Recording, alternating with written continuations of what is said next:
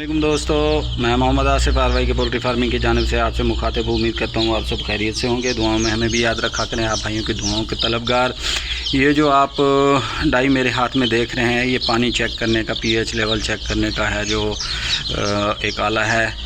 तो आज आप लोगों के साथ मैं ये बात शेयर करने लगा हूँ कि कुछ दोस्त हैं जो वो पोल्ट्री फार्मिंग का काम तो शुरू कर लेते हैं, लेकिन इन चीज़ों को गौर नहीं करते, जिनकी वजह से चूज़ों का बहुत सारा नुकसान होता है।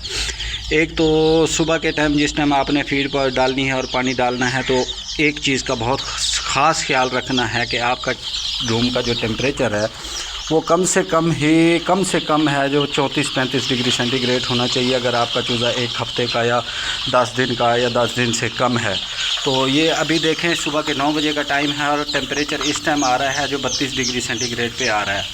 तो मैंने अभी तक चूज़े को पानी नहीं रखा, क्योंकि जब मैं इनको चूज़े को पानी रखूँगा तो चूज़े ने पानी पी के तो एक जगह पे इकट्ठा हो जाना है। तो इकट्ठा होने के बाद जिस तरीके से ये देख रहे हैं, ये कोने में अभी लग रहे हैं, तो टेम्परेचर पूरा नहीं होगा तो फिर मसला बन जाता है। तो दूसरी बात ये है कि आप लोगों ने ये चीज़ लाजमी देखनी है कि चूज़ों का जो पानी है, पानी का लेवल क्या है, पानी साफ़ भी है क्या है, उसको आपने गंदा पानी दे दे के चूज़ों को उल्टा बीमार कर दिया है। तो ये मैं आपको चेक करवाता हूँ। जो मैंने अपने चूज़ों को पानी देता हूँ, पानी बोरन का फ्रेश पानी है मोटर का, तो सुबह के टाइम शाम के टाइम पानी यही देता हूँ। लेकिन इसका लेवल चेक करने के लिए ये चीज़ आपके पास ज़रूरी है। ये बाज़ार से 1000-1100 रुपये की मिल जाती है। तो ये देखें, ये इसका लेवल है ना, जो इसका मैं आपको चेक करवाता हूँ। ये देखें 240 है जो इसका पीएच लेवल है, और इसका दूसरा लेवल है जो ये देखें, ये 492। ये बेस्ट है।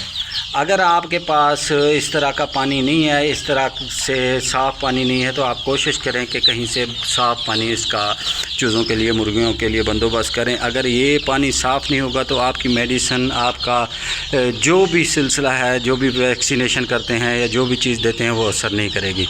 इनको इकोलाई का मसला ज़रूर होता है, पानी से है जो इकोलाई का मसला बहुत ज़्यादा आता है, टॉक्सिन का मसला भी पानी से बहुत ज़्यादा आता है। तो कोशिश करें कि उस चीज़ को, इनको वो चीज़ दें जो साफ़ हो।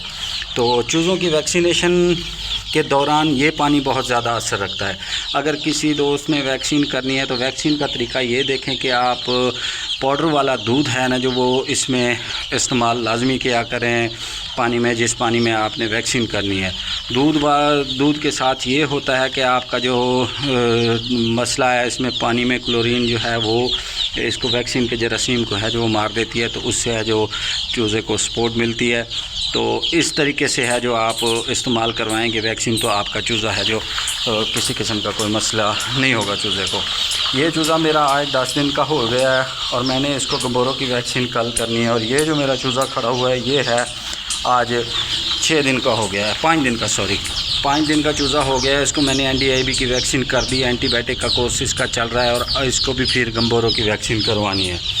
तो इसके साथ जो ये नज़र आ रहा है आपको, ये ब्रायलर का चूज़ा है। आज माशाल्लाह इसको तीसरा दिन है इस चूज़े को। चूज़े की एक्टिविटी देखें, माशाल्लाह ज़बरदस्त ग्रोथ कर रहा है। कहने का मकसद ये है कि कोई कहते हैं दोस्त के ये ब्रायलर के साथ है जो गोल्डन मिस्री बिल्कुल नहीं बोलता। ये देखें आपके सामने खड़ा हुआ है और ग्रोथ भी बहुत अच्छी कर रहा है।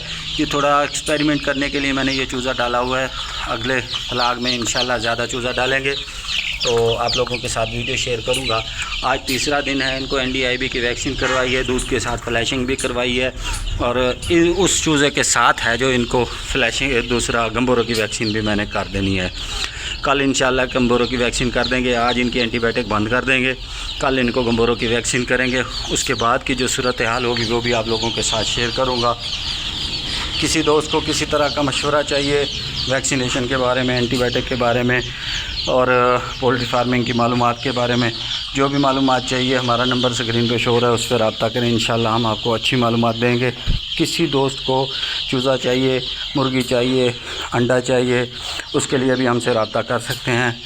मैं मोहम्मद आसिफ आरवाई के पोल्ट्री फार्मिंग की जानिब से आपसे मुखातिब हूँ। दुआओं में ख़ास तौर पर याद रखिएगा। अल्लाह हाफ़िज़।